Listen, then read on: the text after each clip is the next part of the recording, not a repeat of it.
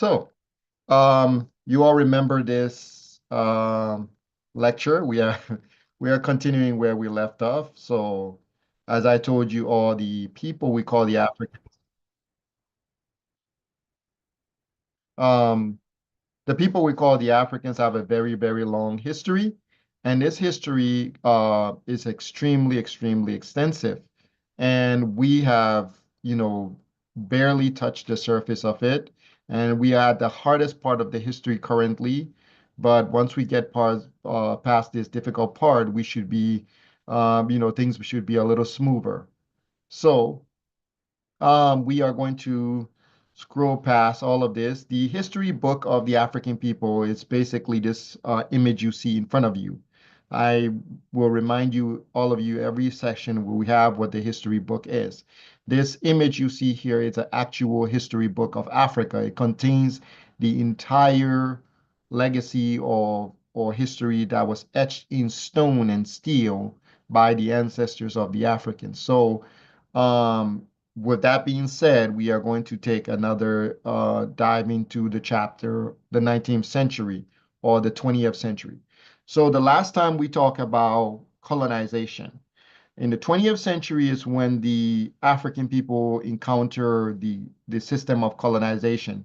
Prior to the 20th century, the African people did not know what colonization was in the Western context. They had their own system, and then at 1884, the collective might of Europe came into Africa to impose themselves into Africa. And so, because of this, the African people were trying to respond. They were trying to figure out how they were going to get through this new challenge. So, these group of people were the ones who started it. They came together and they declared war against the entire African continent. And their war against the entire African continent was against every single African man, woman, and child. But the African people didn't fully understand that they were at war with these nations. They didn't know that this was what was happening. It was only when these nations started to take full control of their lands and started to exterminate them. This when the Africans realized that they had to fight for their survival. So with that, the scramble of Africa came there, and the Africans were forced to come out of their shell and adopt a new way of warfare. They were even, for the most part, they had to fight for their survival, not just against the uh, invading armies, but they had to fight against the people that the invading armies had created or recruited on the soil. So when they came into Africa, they set up, uh, basically, they recruited Africans. They created their own group of armies in Africa first, and when those group of people they establish them well, then they decide to take over the other group of Africans. So they've never fought Africans just. Colonizer versus African has never been a single war like that ever. It has always been they have companions. They always gather another group of Africans from another location and they bring that African to fight. And then when that African soften up the other African, then they come in and then they take control. So that's how they've handled their warfare against Africa. So from the 1903s all the way to the 63, Africans were fighting. So for 63 years, Africans were in a constant state of warfare. The people, I mean, yes, there were places in the African colonies or the colonies where there were freedom, but for the most part, the Africans that engaged in a 63-year warfare with their colonizers. And this 63-year warfare lasted until the African people gained independence. What gave the advantage to the colonizer was not they were stronger or they were mightier or they were supreme in any way, shape, or form. It is a simple machine. This machine gave the colonizer the full might to conquer the African people, this device.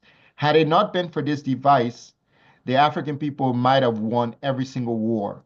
But because of this device, this particular device right here, the African people did lose.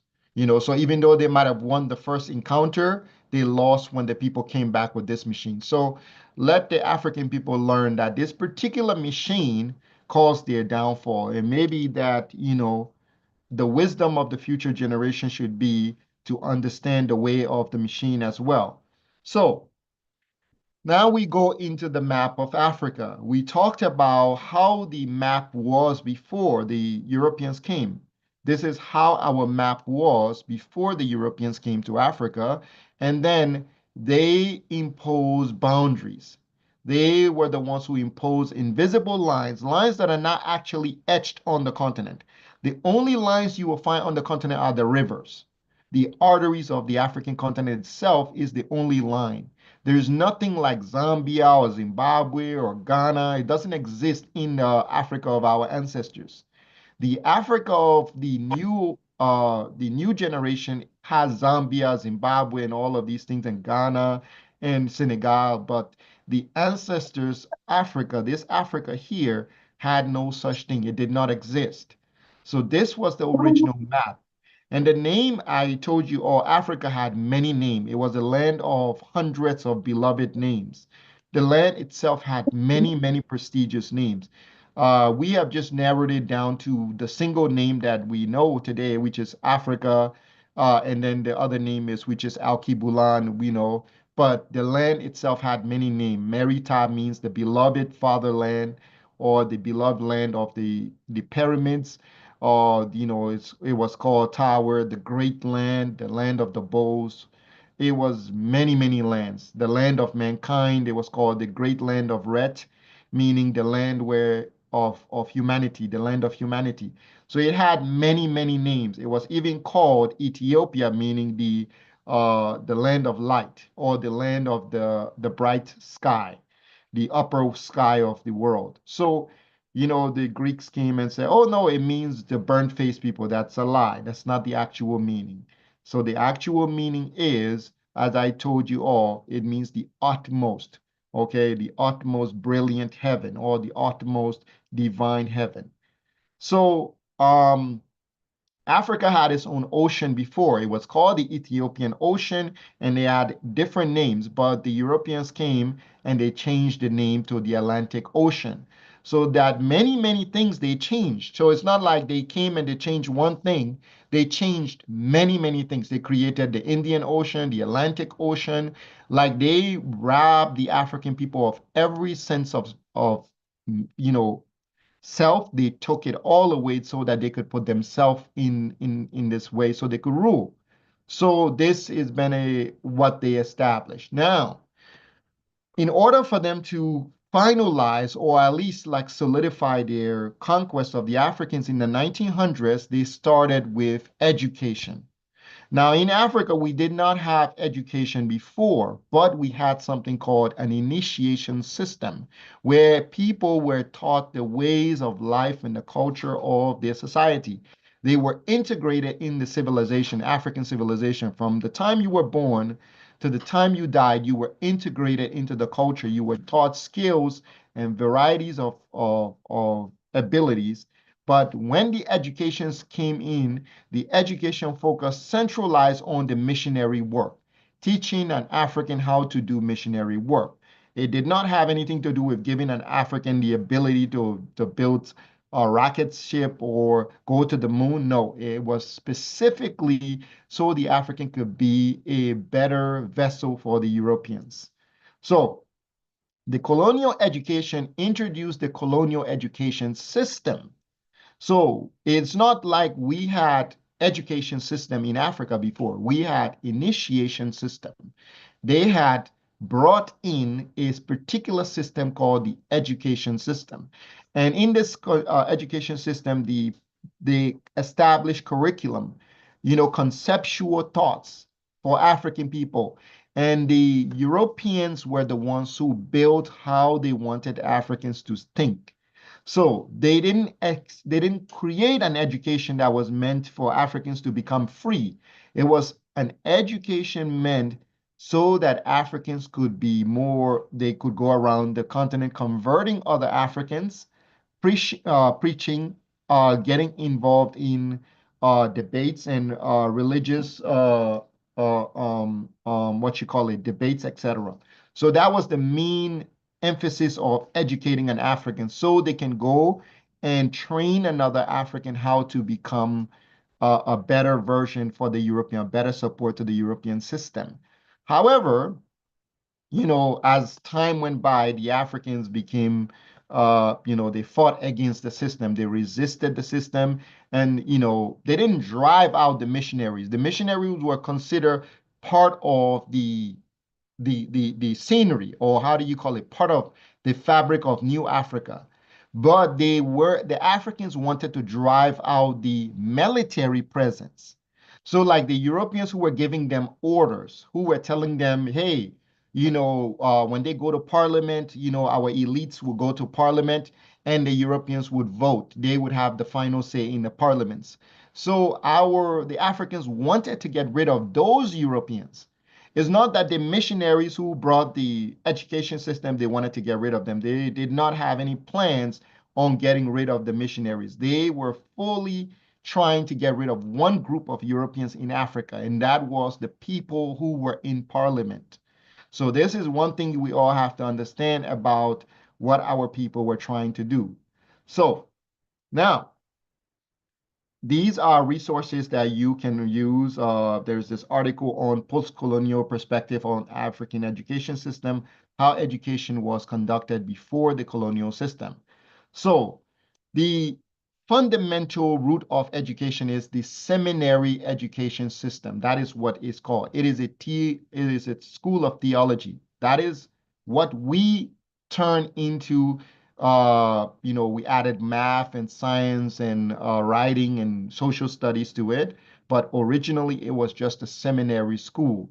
It was fundamentally there because it was meant to teach Africans to do this particular thing.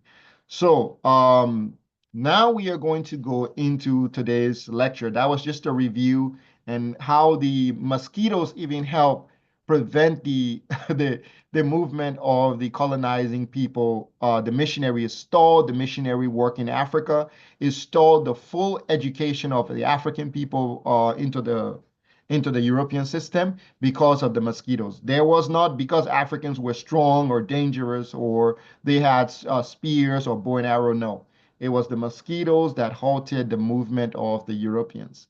And when they were able to finally conquer the mosquitoes, it was when they penetrated deep into Africa. So, because Africans were born with natural immunity against the mosquitoes, which they have lost over the last 80 years, Africans have lost their immunity to the mosquitoes. But before, the Africans had no sickness from the mosquitoes. They had a fever for a day, but then they recovered the next day. So, but the Europeans would get really sick, and if they didn't return to Europe, they would die. So because of that, they used the Africans as messengers or male people, missionaries to go deep into the interior, and they spent a lot of money translating the religious texts into the native language. They didn't translate books of science, engineering books. They didn't translate any books into those languages. The only book they were fundamentally interested in was the book that had to do with getting the African people on that system. So now, when they go about this, it comes to the end. The developmental age comes in after the post-colonial war, which we will say from this period, 1941 is when the war starts to taper off. 1942, 1943, 1944, and 1945 is when the education of the New World changed. So this is when science became an instrument, and this is when Africans started to involve science and other activities into their education system. So before that, it was fundamentally religious education system. So that's the first thing I want all of us to understand as we go into our chapter today. So we are going to start with the foundation of education in the system in Africa. Now, according to the article here, paradoxically, this gives an impetus to the colonizing venture aimed at undercutting the moral and economical foundation of slavery in Africa. Disease proved to be deadly obstacle to Europeans and American-born missionary in tropical Africa. So there you go. because of diseases, the Europeans could not go any further. Okay, so they had a new idea. So instead of us going into the places where we can go because we can get sick, we are going to teach Africans. We are even going to send some Africans from America, to go to Africa and set up those systems and teach those Africans this. So they spend a lot of resource to educate Africans. It wasn't just they spent $30 or $50. They spent, I mean, a lot of millions of dollars to get Africans to embrace this system. Why? Because once Africans embrace it, it would mean that they could control them much better. The Africans would listen to them. There would be a paternal bond between them and the Africans, like a paternal relationship, a father and a child relationship between them and the Africans. And this would enable them to be able to tell their children, the Africans, what to do. So, um, Southern Africa, below the Zambezi River, attracted missionaries from many parts of Europe and North America because of the absence of the most fearsome diseases. However, the turbulent politics in the region complicated their work and limited. Again, they their movement was only halted because of systems, but their goal was to envelop the whole African consciousness. That was their main goal. So to take over the African people's mind. Now, 1930s colonial development program and welfare fund strategy convert to Christianity, build seminary school, seed beds. So our leaders like Kwame Nkrumah, Jerry Rowland, and all the, Nelson Mandela and all of them, they grew up in this particular period. This is the period where they were born and they were the ones who experienced the seminary school. So all of them, so there were kidnappings. If an African parent, if the Europeans took you from here to go wage war in another country and you died, and then they would take your children from your wife, they would bring your children into the seminary schools, and your children would be taught like their father before them. So a lot of African children were being handed over to the seminary schools so they can be educated. But many of them were kidnapped by the Europeans, brought to the seminary school, and many of them were orphans as well. So 1950 copies, okay, here, 1950 copies of European universities. So the Africans in the 1950s, as I told you, it was 1940s when Africans started to realize there was something else. Science, mathematics, there were, engineering and all those stuff. It was after the 1950s is when Africans realized, oh, there are other books, other textbooks out there. There are other books that we could read. There are other books that we could use. So after the 1950s, Africans started to build copies of European universities across Africa.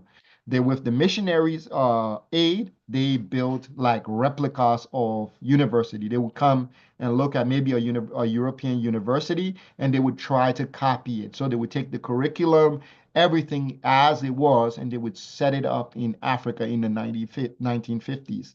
So this is how the educational history started to form in the African continent. This is why the first generation that got educated, it was a little bit different from, previous generations after that. They were kind of, a little more different. Now, um, textbooks, which they took, English, which they use, French, which they use, European cultural values, which is what they taught in the universities. The European philosophies, mostly Greek philosophy and Roman philosophies, were taught in the African schools now. And all of these took different shape and forms.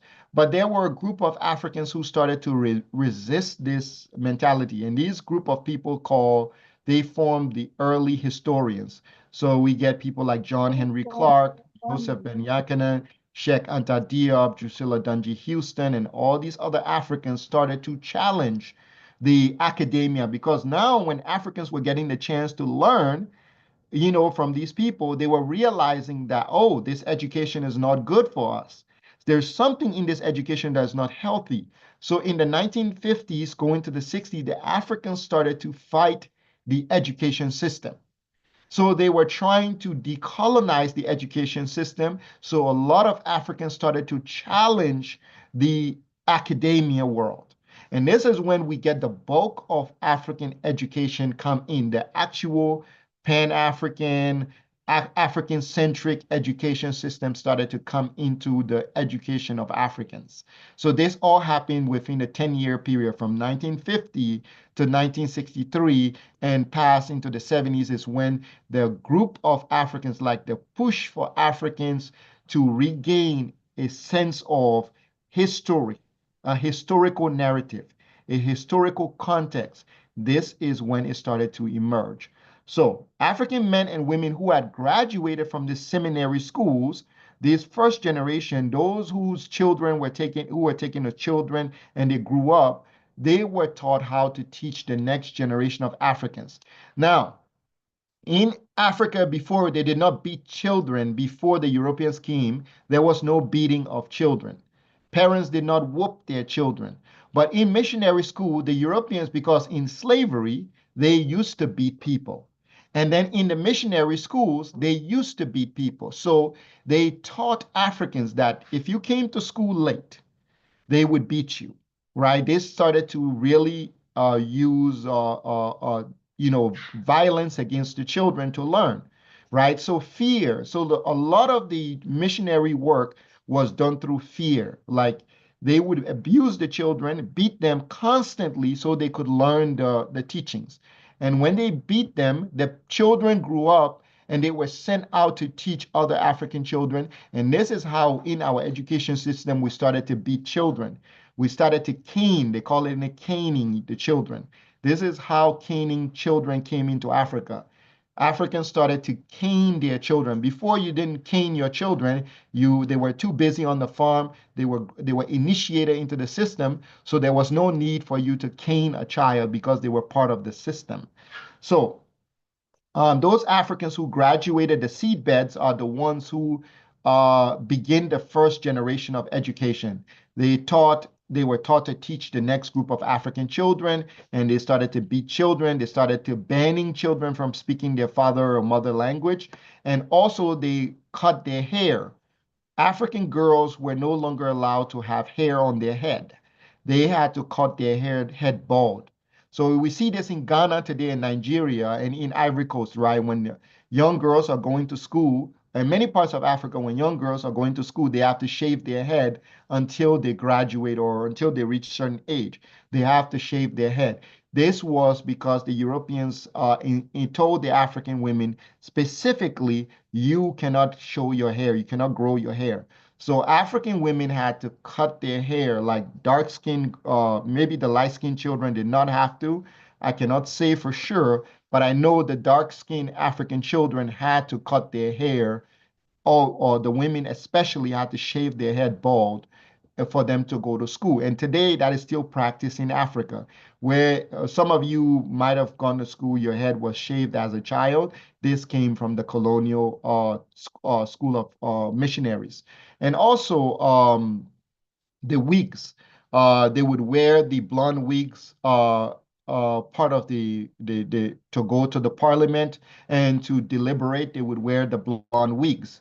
So there was a lot of things that were taught to Africans that are still there today, that are still enshrined, and we carry these things on without knowing. So not speaking indigenous language was Europeans, not beating children or caning children, Europeans, cutting the hairs of so and so, Europeans, and the constantly religious debate, having constant religious debate and religious conflict.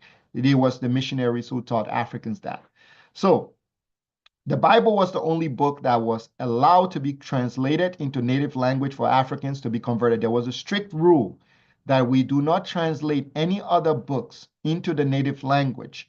We only translate this Bible so that Africans can read it and they can learn it, so they can go and spread the gospel. But the book of science, no. The book of math, no. Other important books on government, on politics, they had to remain in English. And so a lot of Africans had to come to the West. And we see this in the case of Kwame Nkrumah himself coming to the West to learn, and many other Africans go and they learn. But later on, they bring those books. The books are in English, and we see Nyerere, Mwalimu, also all of these different people learn English so they can gain the knowledge. So to be educated means to reject what it means to be an African. That's what it was. Being an educated person back then, meaning that you were pure, uh, you only thing you had left was the dark skin on your body, but you had gotten rid of all the Africanness in your brain. So that's what it meant being educated during those days. So education for an African woman by the missionary versus initiation of an African woman by the African system of cultural context. The African system initiates the women in science of the family structure and the communities and the society. So, in the original African education system or our initiation system, the African women had this transition. They would go through a young age. First, they would be taught the affairs of the household, etc. Then they would go through the period of mating, when they would go through mating rituals. They would go into these societies, get initiated, and they would be prepared to be a woman for marriage. And after they became a marriage woman, they would be prepared for being a householder, managing the household, and then they would be taught to be an economical woman. Then she would participate in the economical structure that the Africans had established for themselves. So, an African woman's education, her final stage in life would be called the political woman. So, she would go through stages. She would start as a young girl learning the affairs of the household. Then she would start learning the mating ritual, how to find a partner, how to take care of that partner, etc. And then she would learn the affairs of motherly duty, how to take care of your children, and etc., and live in your community and your family. And then she would learn the businesswoman, how to establish her business. If she was going to open a business like selling things in the market, etc., how her market should run. And then if she did well, she would become a political woman. She would gain a political vote in the women's society. So this was how African women learned. They lived in a society of republicanism where African people had those rights. Women and men had their own society.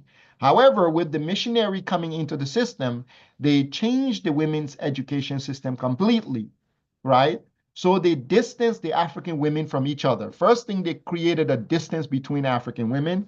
One thing was to allow them to to reduce the closeness or the sisterhood that they had, to put an end to that. So they eliminated the sisterhood aspect of it, and they brought in the individual woman. So the individual woman was responsible for her husband and her children alone.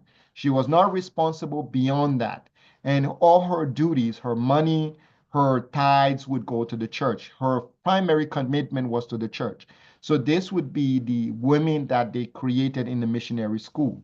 So the African initiate system in women into the science of families, structures, community, even medicine, etc.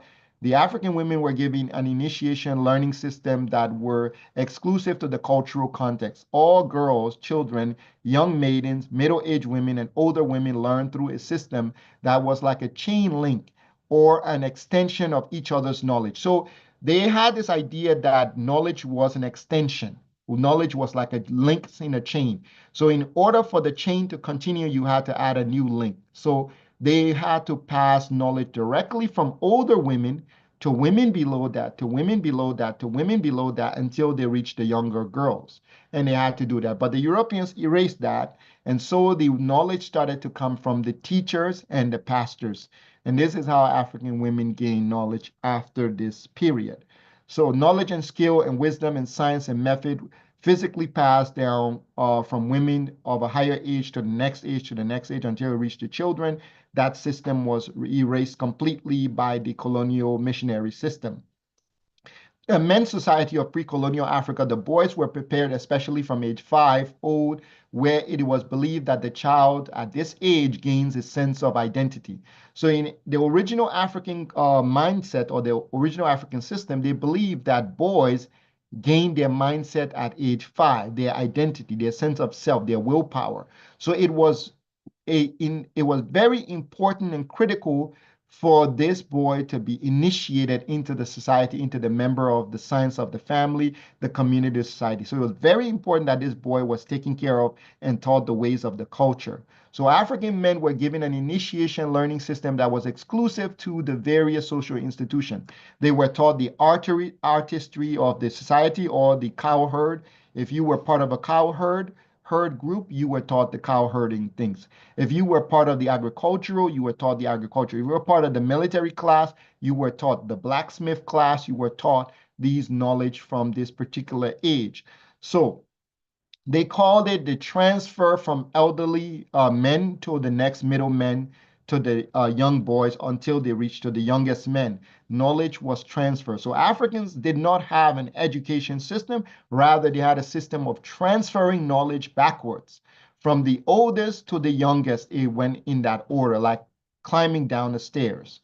So knowledge was to aid and guide the cultivation of an African individual. First primary root of knowledge in Africa was to guide and cultivate the individual first, then to cultivate the family, then to cultivate the community, then to cultivate the society.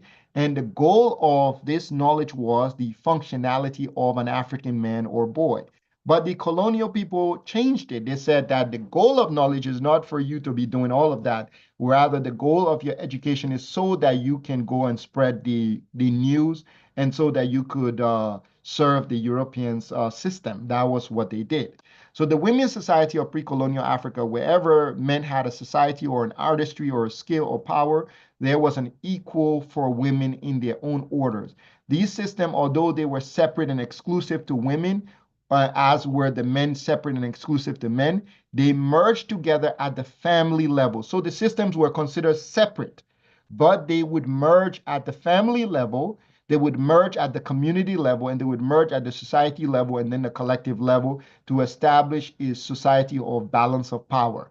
It was not a society of imbalance of power where one group, but with the Europeans' introduction into Africa, they stripped the women or African women of the power.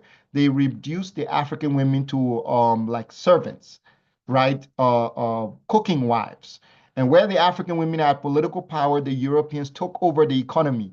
When the African women used to control the whole economy of the nation, the Europeans transferred the economy to themselves, and then they turned the African women into housewives, cooking wives. And so this was one of the missionary system was for. That's why it was so instrumental. It was such a pivotal system to bring the African women out of the economy completely, isolate her from the economy so that the men could be also isolated out of, they could be weakened completely. So women system contain political woman. The political woman is the most powerful woman in Africa. She is called the political woman. There was the women of the a family woman, which was the next powerful woman. And then the women of the lowest order would be the mating women, the women who are more centered around beauty. At this age, they're trying to find a husband. That was considered they were lower in the hierarchy, the totem pole.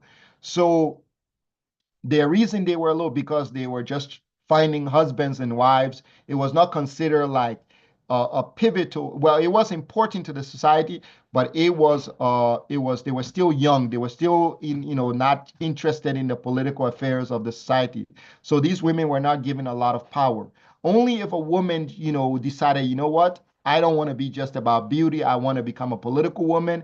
Then she could work her way to becoming like a young political woman. But for the most part, if she was at the stage of where she would perform mating rituals, she would just be like a maiden doing those things.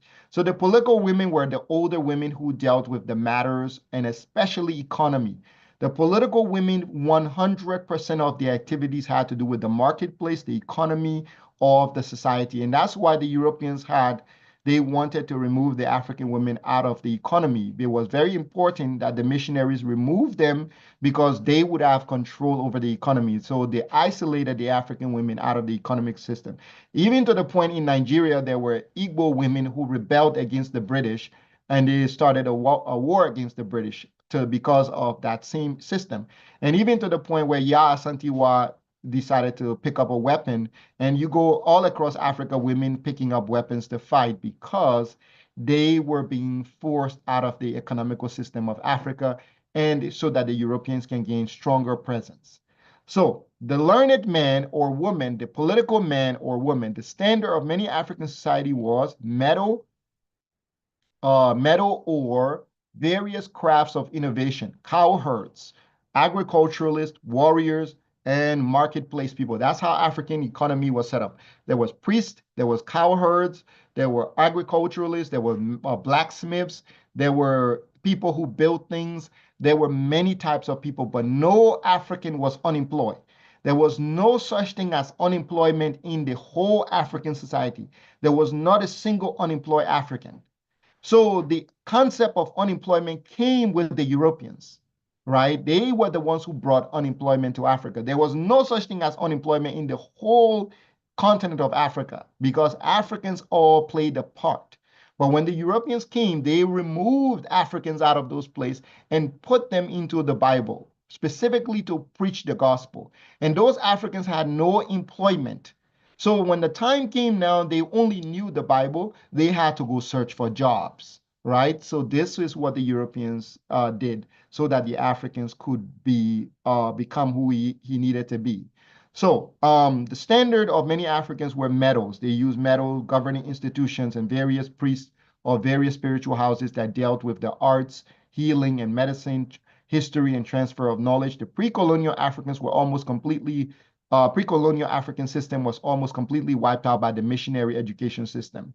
The learned African men and women were different in every aspect from the original self, because the learned African man was taught to fear and hate his own culture, so the learned African man completely rejected it, right? And comes to the downfall of the people.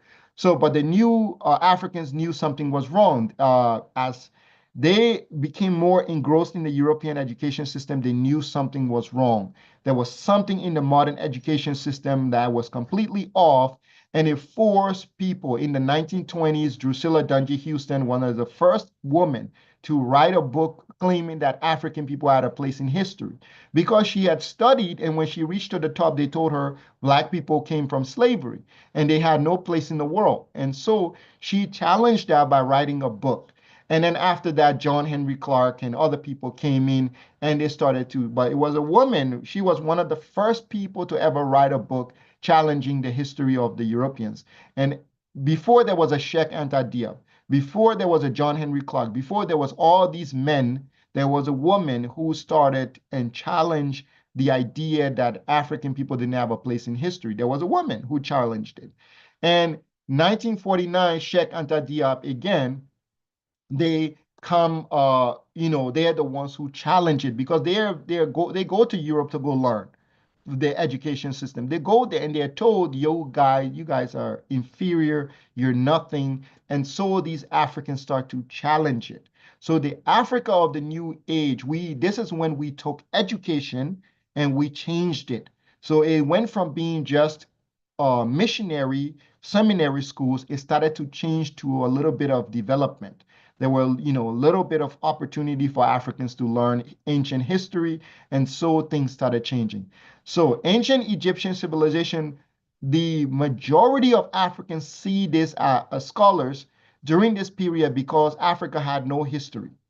Everything was invisible. So they saw ancient Egyptian as the hope for Africa.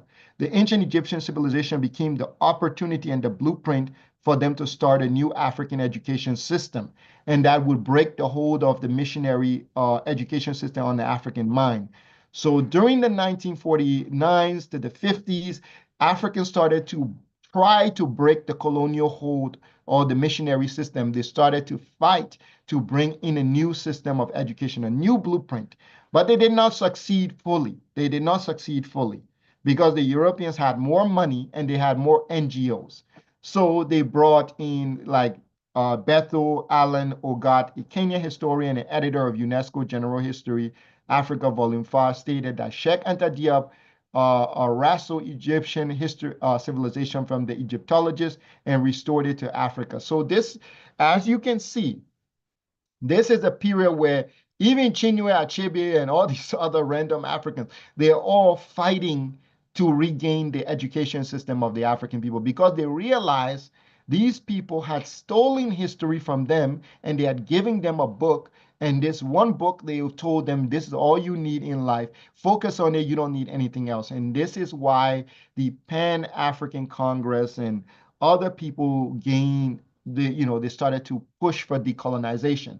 They started to, make waves that we need to decolonize Africa. We need to decolonize. What were they trying to decolonize? They were trying to free the minds of the Africans first from the grip of the missionaries, from the power of the missionaries. So they tried by all means. And in 1963, this is when we see independence come in. The Africans saturate Africa with the opportunity to learn. And one of the leader, the first leader in Africa who wanted to push for education was Mwalimu Julius Nyerere. Because he was a former teacher, he promoted education in Tanzania. He promoted the education of self-reliance policy, and he said education has to increase a man's physical and mental freedom. In modern Africa, the government or is still government is still responsible to deliver. The government is still responsible to deliver education to the people. So, what type of curriculum are the government using? The modern African governments go to Europe, grab the curriculum from the Europeans, and bring it to Africa. They were the people who had fought to create a new curriculum. When those people were all out of the way, the African governments were told, the Europeans came back to Africa and they told them, say, hey, get rid of that controversial education system, take our education system. The NGOs brought in, they pushed for Africans to adopt the colonial education system again. So they phased out the teachings of all these various people. They try to push them out so they can bring in more NGO type of knowledge into Africa.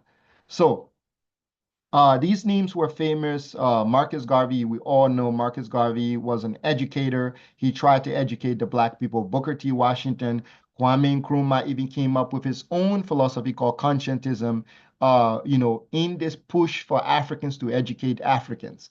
So many people came together trying to restructure African education system. Did it work? It did not fully work because the Europeans still controlled the governments of Africa and they still pushed for Africans to distance themselves from those type of education system. They pushed that Africans should completely, part of their deals is that Africans should not use those curriculum. They should take what the NGOs bring to Africa. And so the missionary hold on the education system of Africa, their minds and the future generation of intellectuals firm, no matter how many Africans educators try to create books, methods, and it did not really succeed. The African education system was never really formed because the missionary system was firmly rooted in Africa. So missionary used, as I said, they used to beat children. They used to force African women to shave their head. And there was a lot of things that they did, right? So when we look at the colonial period, this entire age it is specifically to erase the African sense of self. The education system is specifically to be able to create an African who is not recognizable to themselves or their ancestors, or their original system seems strange to them. So some of the things that the Europeans said, right? No dirt on your uniform, bald hair for African girls. These things, as I tell you, these were all learned through the seminary school. Only the mixed children who were born between a Black person, an African, and a European were allowed to keep their hair. I remember in South Africa recently, a young South African girl, a couple of years ago, she fought just to wear her natural hair in school. But nobody knows why that girl was fighting to wear her natural hair in school. It never occurred to any African in the whole continent why their children should wear their natural hair. It has not occurred to them because the missionaries did that work. They said that if African girls their hair had to do with sexuality. Their hair made them sexual, and they had to remove their hair from their head. Whereas the white and the light-skinned children have hair on their head, but they never had to remove their hair off their head. Why? Why don't their hair make them the way they say? They say only the African woman, her hair makes her sexual. So she's not allowed, the girls were not allowed to have hair on their head. And it was it was enforced to the degree which the African women today changed their entire hairstyle, their way of associating with hair, completely based on what the missionary system taught them. So children were told to wash the missionary clothes. So when the priest used their dirty clothes, the children would use or go and clean. The children would clean their priest house or the priest house, and the children would make the bed of the priest. And who know what else happened to those children while they were alone with the priest? We don't know. Remember, there was a lot of things about things happening to children and priests, right? But imagine these African children were stuck with these priests and these missionaries, and no one knows what happened to each of them because nobody cared, right? So some children were orphans, they were kidnapped, and one of the things that they fought was to make sure that no children spoke the language. They would call you a goat, right? Or a beast if you spoke your indigenous language in school. They would mock you. They would put you on a stand so that they could boo you, right? And if the priest used the restroom, they fill up the bucket. The African children were told to carry the bucket that the priest defecated in. So as you can see, the education system which you acquired it through a very, very it was a terrible way you acquired that education system. And you became the way you are, through that vicious cycle. So these are political women's on various part of Africa, right? These are political women, two in East Africa, I believe, and then these ones in West Africa. This is a political woman. When a woman comes of certain age, she becomes a political woman, meaning that she dressed like she's part of an elite class, and that means that this is her daily attire. She dresses like this, and her hair is done in an elite way. But the European women, when they came, they were threatened by this, and they said these women are, they need to get rid of this. So they spent a lot of work to erase the political woman. So all of these women here are political women. Those hairstyles are political hairstyles. They symbolize the elitist status of these women as initiates, members of an initiated school. Their hairstyle was part of that. And so they erased this type of woman. This political woman was destroyed, and in her place was called the God-fearing woman. And so brings the God-fearing women and like when we Eritrea, for example, according to the Eritrean Tigrayan oral tradition, there were 4 clans living in Asmara area on the Kabizi Plateau. The 4 clans, these villages were frequently attacked by clans from lowlands until the women of each clan decided that to preserve the peace, the 4 clans must unite. The men accepted, hence the name. So the political woman in Africa she could broker peace terms.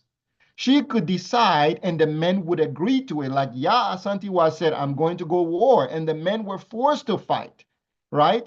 And the political woman in Eritrea said, the clans must unite and so they can stand up. And the men agree. So it's the political women. These type of women had great power. And the European women had no power in Europe, right? The only power she could have was through the missionary work.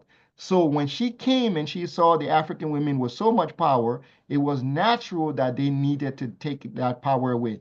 They started with the hair. The first thing they did was, you look at the Ethiopian woman's hair. You see this hair on this Eritrean woman's hair? It's the exact same hair on this Ghanaian's women hair. The exact same hairstyle. How is it one woman all the way in East Africa and another woman all the way in West Africa have the same hairstyle? Because these were political hairstyles that existed for millions of years. African women hairstyle had always been a political symbol. And even in the 70s in America, when they were growing their afro, it was called a political symbol and it was frowned upon. And the Europeans came up with, they pushed Africans to relax their hair because it has always been a political symbol. And the destruction of this symbol, political symbol, means the African woman lose her political power, her political right. So we have Sheikh Anta Diop here, help push. We have more historians, and this is a picture of a political woman. So, as I tell you that these were the people that existed in Africa before, but these are the children that came after the missionaries. You see, all of them have a bald head, every single one of them. So this is the missionary system now.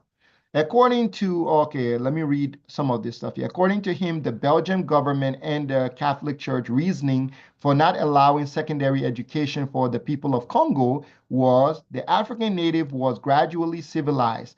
To give him a secondary education was like asking a young child to chew meat when he was still eating porridge. So this is a quote from the Europeans. They believe that the African native, these children you see, these Africans had to be gradually civilized to give him secondary education. So that means secondary education is the non-biblical education, is science, math, astronomy, etc. That's secondary education. Primary education is the Bible. That's how it was set up. So the question was, if we give them secondary education, science, math, archaeology, etc., this like giving a young child meat to chew, and they don't have the teeth for it. So you should be giving them porridge, which is the Bible. So that concludes the political education of the African people and how the African women became second-class citizens in Africa and how the African men became second-class citizens in the world. And this is why Africans go around talking about religion all day. You have Africans will get together and they argue about Jesus this and the Bible and the quoting the verses and all that stuff. They do this specifically because it was how they were taught in the seminary school. And that first generation taught the next generation taught the next generation, the next generation taught the next generation. And that's why you see the African women, old elderly African women talk, they go to church a lot, they sing a lot, they give a lot of money to the pastors. They don't belong to the political society anymore. If you notice your grandmother reach a certain age, she's not part of the political society in Africa anymore. She's not part of anything solid anymore. The only big organization in her life is the church. Why? Because this was the education system that was given to the African political woman. When the African woman does, she was kind of dangerous because she did control the economy of Africa. So the men control the political system and the spiritual type of system, and the women control the economy. That's how it was divided. So the European wanted to control our economy. So what they did was they had to destabilize the African women's structure. So that's why they removed the hair.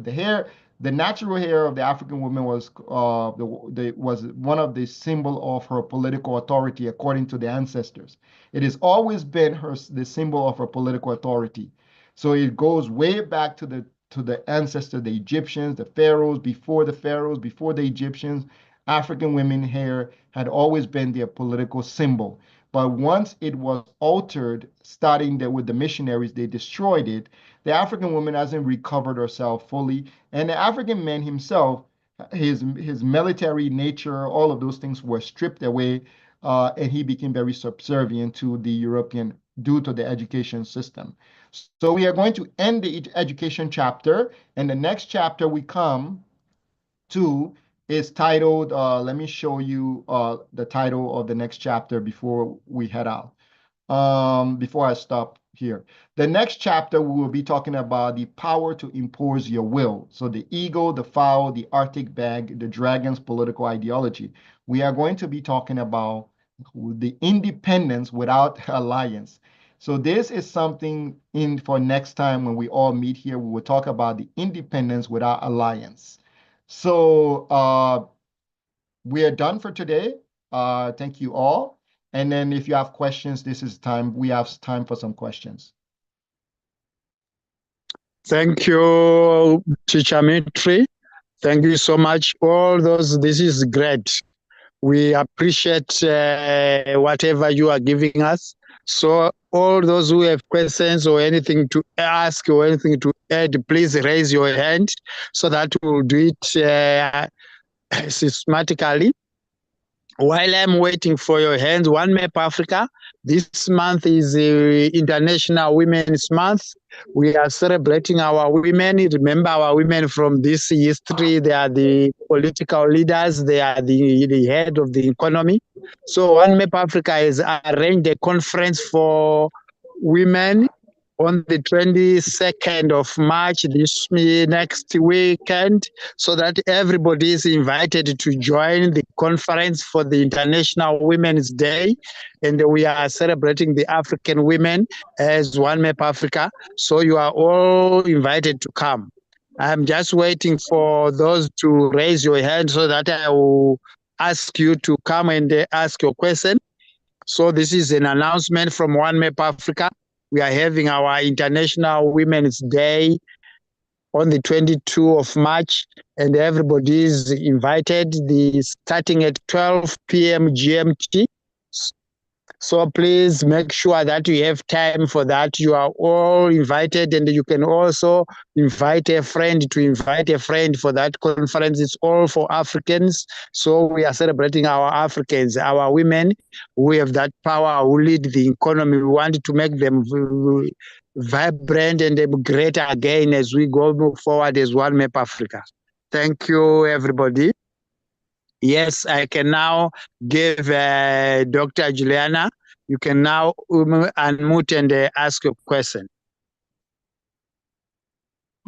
Greetings to all. It's not a question, just trying to find a way for us to implement what we are learning.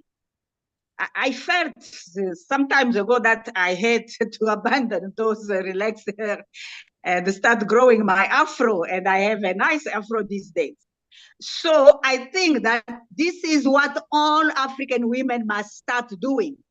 We have to remove the wigs, stop relaxing our hair, grow our afro. We just heard that it's the symbol of our nature, our responsibility in society. We are political. So please, this is an invitation. Thank you. Thank you, my queen. Yes, this is where we have to start to decolonize our souls and the mind, so that as the African people, we have to know what we are. As we know ourselves, that we start practicing. Thank you so much. Yes, anybody else with another question, please raise your hand, then I will ask you to come on board.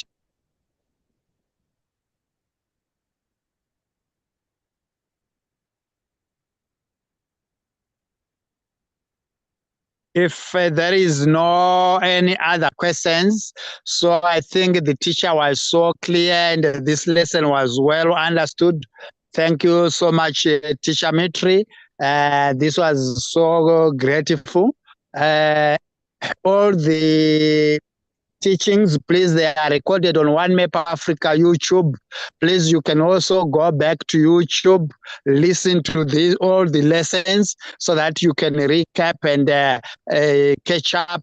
For those who are not here, you can also share with your colleagues our links for YouTube. I will share them on our WhatsApp platform. Those who have not joined our WhatsApp platform for the history class, please do join the WhatsApp platform for the history class. I have shared the link on our chat. You can also contact me for any other details. Thank you so much, Teacher Mitri, and I hope everybody is happy with this lesson. And remember, this lesson is going to come again after every fortnight. So next weekend, we are not having the history class. We have the history class after the next weekend. So the next weekend, same time, there is the other program planned. And this is on Saturday. That's the International One Map Africa Women's Day. conference, which will be broadcasted also live on our YouTube and the conference. We will urge everybody else to join. Thank you for joining.